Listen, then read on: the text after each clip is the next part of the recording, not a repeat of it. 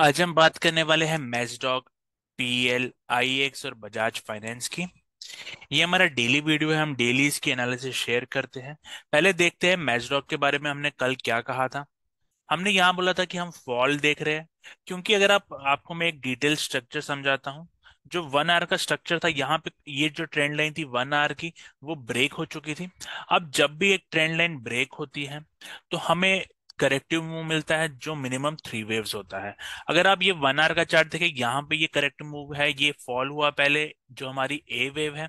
उसके बाद आपको करेक्टिव राइज मिलता है, जो है बी वेव।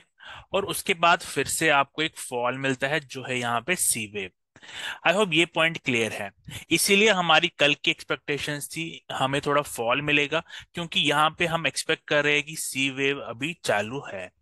अब इसको, इस मूव को समझने के लिए हम इसको और छोटे टाइम फ्रेम पे जाते हैं, जैसे 15 मिनट पे।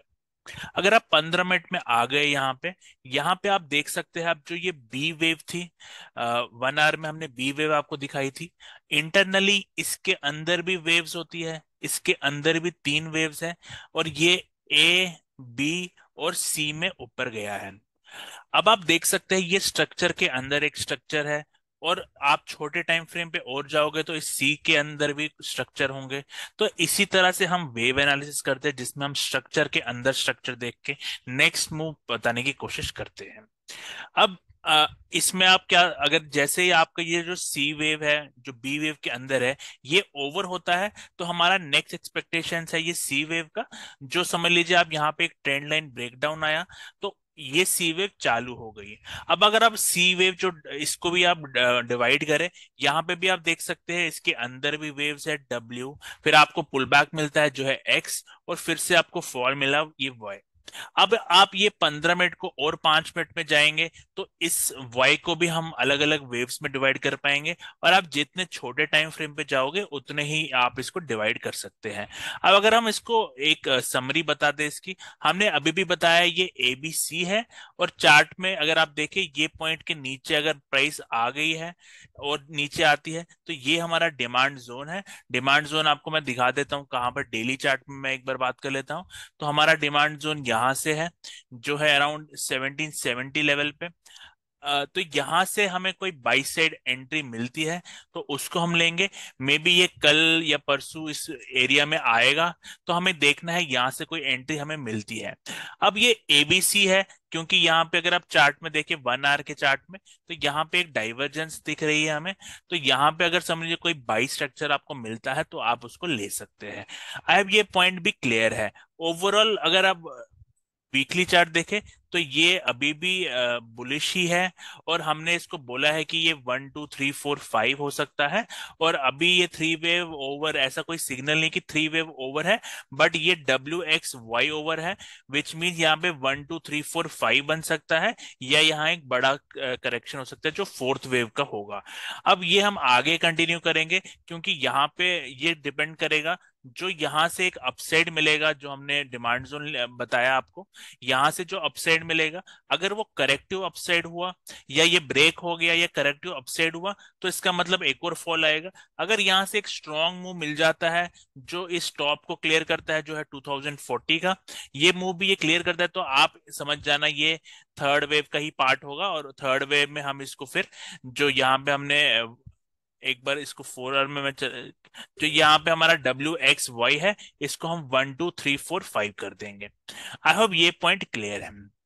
अब ये थी मैचडॉग की एनालिसिस, आई होप ये क्लियर है। अगर आपको अभी भी कोई डाउट है इस एनालिसिस में, तो ये आपको स्लोली अंडरस्टैंड करनी पड़ेगी। आपको हमारा इलियट वेव का जो कोर्स है वो देखना पड़ेगा।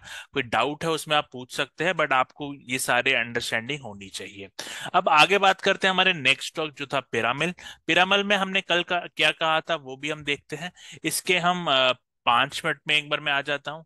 हमने यहाँ पे बोला था कि इसकी 5 वेव्स ओवर हो चुकी है। यहाँ पे अगर ये ट्रेंड लाइन ब्रेक होती है, और उसके बाद आपको करेक्टिव स्ट्रक्चर मिलता है। आज देखिए आपका ये ट्रेंड लाइन ब्रेक हुआ पहले ए वेव में, फिर आपको 3 वेव अपसाइड आया। ये करेक्टिव स्ट्रक्चर है, जो बी वेव हम कहते हैं। और देखिए मैंने यही बोला था कि कल कि अगर आप ट्रेंड लाइन ब्रेक होगा, उसके बाद एक करेक्टिव स्ट्रक्चर मिलेगा, फिर से एक फॉल आएगा, जो इधर आया है। अब आप देखिए यहाँ से जो 1030 लेवल से एक अपसाइड आया है, ये अपसाइड स्लो अपसाइड है, मतलब करेक्टिव अपसाइड है। और ये जो बी से सी का फॉल आया था यहाँ तक, वो फास्ट था। विच मीन्स ये अभी भी इस जो लो था आज, उसको फिर से टैग कर सकता है ऑन द डाउन साइड। और ये मूव हमें बाई साइड अभी लग नहीं रहा है स्ट्रांग है। मे बी ये ऊपर जाए बट हम उसमें एंट्री नहीं लेंगे। बाई साइड स्ट्रांग कौन सा मूव होता है? अगर ये लेफ्ट साइड आप आए, यहाँ से प्राइस आप देख सकते हैं कैसे एक स्ट्रांग वे में इस रेजिस्टेंस को क्लियर किया था। बट ये जो मूव है अभी करंटली, वो इतना स्ट्रांग नहीं लग रहा। विच मीन्स अगर और नीचे आता है तो फिर हम इसको बाई साइड देखेंगे। ओवरऑल हमने ये भी लंबे चार्ट में हमने बोला है कि ये एक बुलिश, यहाँ से जो लो से ये जो डिमांड जोन था 948 लेवल पे, वहां से ऊपर तक एक स्ट्रांग मूव इसमें लग चुका है। अब इसमें अगर एक करेक्टिव स्ट्रक्चर लग जाता है यहाँ पे, उसके बाद आपको और अपसाइड मिलेगा इस स्टॉक में। तो ये वो करेक्टिव अपसाइड में भी फॉर्म कर रहा है, और इसके बाद हमें और अपसाइड इसमें मिलेगा। अब बात कर लेते हैं हम आईएक्स की। आईएक्स की हमने कल एनालिसिस की थी, हमने यहाँ पे फॉल एक्सपेक्ट किया था। उसका रीजन मैं आपको फिर से एक बार बता देता हूँ। हमने बोला था कि ये जो अप मूव है यहाँ से 125 से जो 132 की अप मूव मिली है, ये काफी स्लो है। अगर आप हमने लाइन चार्ट में देखे इसको, तो ये मूव काफी स्लो लग रहा है मुझे। और जब भी ऐसा मूव होता है तो एक फॉल एक्सपेक्टेड होता है। और आप देख सकते हैं ये फॉल आज हमें मिला है, जो हमने कल परसों भी एक्सपेक्ट किया था, बट ये फॉल आज हमें मिला है। और इसको मैं वापस कैंडल स्टिक में ले आता हूँ, तो ये फॉल जो एक्सपेक्ट किया था वो आज मिल चुका है। अब हम इसकी बात फिर से 1 आवर में करते हैं। अब ये आपकी जो वेव है, ये मुझे लग रहा है कि ये अभी भी हमारा ए और ये बी वेव है। और ये एक बार मैं इसको फिर से आपको बताता हूँ। ये मुझे ओवरऑल एक करेक्टिव स्ट्रक्चर लग रहा है। या तो ये एक रनिंग फ्लैट बनाएगा या एक एक्सपैंडिंग फ्लैट बनाएगा। दोनों केसेस में अगर यहाँ पे आपको इस एरिया में बाई मिलके ये फिर से अपसाइड ही जाएगा। एक बार मैं इसको फिर से आपको बता देता हूँ। तो इसकी अगर हम लेबलिंग करें, ये हमारा पहला वेव था डाउन साइड, वो है ए वेव। ये जो करेक्टिव अपसाइड है वो है बी वेव। और जो ये फॉल है वो है सी वेव। तो इन ऑल ये हमारी बी वेव है। उससे पहले आपको एक इम्पल्सिव मूव लगी है। यहाँ पे हमें मतलब इस एरिया में कहीं पे भी यहाँ से एक फास्ट मूव मिलेगा अपसाइड की ओर, वो हमें ट्रेड करना है। तो इसमें हम देख लेते हैं अगर लोअर साइड हमें कैसे एंट्री देखनी है। यहाँ पे अब अगर आप देखें, यहाँ पे अभी जो मूव है वो स्ट्रांग नहीं है। तो यहाँ से फिर से एक फॉल आ सकता है। इस यहाँ पे एक और फॉल आ सकता है। बट यहाँ पे जब भी आपको एक फास्ट मूव मिलेगा, ब्रेकआउट मिलेगा, वो आप ले सकते हैं। मे बी यहाँ से मिलेगा या और नीचे से, तो वो हमें देखना है। यहाँ पे भी एक ट्रेंड लाइन आ रही है स्टॉक की, तो यहाँ पे एक और ट्रेंड लाइन बन जाएगी अगर ये फॉल करता है। तो अगर ऐसा कुछ होता है तो उसको आपको बाई कंसिडर करना है इस फॉर्म में। अगर इस फॉर्म का आपको स्ट्रक्चर मिलता है ब्रेकआउट के बाद, ये ब्रेकआउट यहाँ से मिलता है या नीचे आके मिलता है वो हमें अभी नहीं पता। बट जहां से भी ये ब्रेकआउट मिलता है वहां से आपको इसमें बाई कंसिडर करना है। और फिर से जो स्विंग हाई है वो आप टारगेट कर सकते हैं। तो ये है आईएक्स के एनालिसिस। ऑल दो अगर समझ लीजिए, एक बार इसको मैं क्लियर कर देता हूं। अगर यहाँ पे आपको थोड़ा यहाँ पे अगर समझ लीजिए ये जो फॉल आया है, कल आपको एक करेक्टिव स्ट्रक्चर मिलता है इसके लिए, तो फिर ये और फॉल कंटिन्यू हो सकता है। फिर ये बड़ा करेक्टिव स्ट्रक्चर बन सकता है। बट यहाँ पे हमें अभी बाई सिग्नल नहीं है, बट हमें बाई ही देखना है इसमें, क्योंकि ओवरऑल ये 1 आवर में जो ये स्ट्रक्चर है वो पॉजिटिव है। और ये मूव मुझे करेक्टिव लग रही है, विच मीन्स और अपसाइड आ सकता है। तो हम इसको आगे अपडेट करेंगे। अगर इस एरिया में कहीं मिलता है ये लोअर लेवल्स पे, तो हमें वहां पे बाई ढूंढना चाहिए। तो ये हम वेट करेंगे इसके लोअर लेवल्स आने का, तो हम उसकी बात कल करेंगे। अब बात करते हैं हमारे लास्ट स्टॉक जो है बजाज फाइनेंस की। तो बजाज फाइनेंस में भी हमने ओवरऑल बोला है कि ये एक रेंज में ही अभी चल रहा है। यहाँ पे कोई भी स्ट्रॉन्ग एक्शन नहीं लगा है। तो ये या तो ये करेक्टिव मूव ऐसा देने वाला है, तो वही यहाँ पे लग रहा है, क्योंकि अभी भी जो इसमें कुछ मोमेंटम पिक नहीं किया।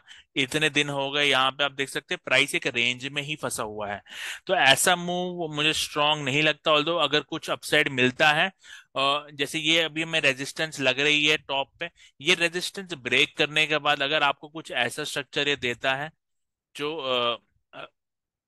करेक्टिव रहेगा, फिर आप एक्सपेक्ट कर सकते हैं ये और ऊपर आए। बट अभी भी ये जो डाउन साइड है वो ब्रेक कर सकता है। तो इसमें स्ट्रॉन्ग इम्पल्स का हम वेट कर रहे हैं बाई लेने के लिए, जो अभी तक हमें नहीं मिला। अभी भी हमें ये यहाँ से यहाँ तक एक स्ट्रॉन्ग मूव मिला था, फिर एक करेक्टिव स्ट्रक्चर मिला, फिर से एक फॉल मिला। अभी भी इसमें कोई मतलब स्ट्रॉन्ग इम्पल्स नहीं मिल रहा है जिसमें हम बाई इसमें कंसिडर कर पाए, और हम उसी का वेट कर रहे हैं। और हम इसमें अगर कोई मिलता है तो हम इसको अपडेट करेंगे, बट एज ऑफ नो अभी कोई बाई सेटअप हमें इसमें मिला नहीं है। आई होप ये वीडियो आपको पसंद आया, कुछ नया आपने सीखा। ये वीडियो पसंद आया तो वीडियो को लाइक करिए, चैनल को सब्सक्राइब करें। कोई डाउट हो जैसे कमेंट डाल सकते हैं। Thank you and have a nice day.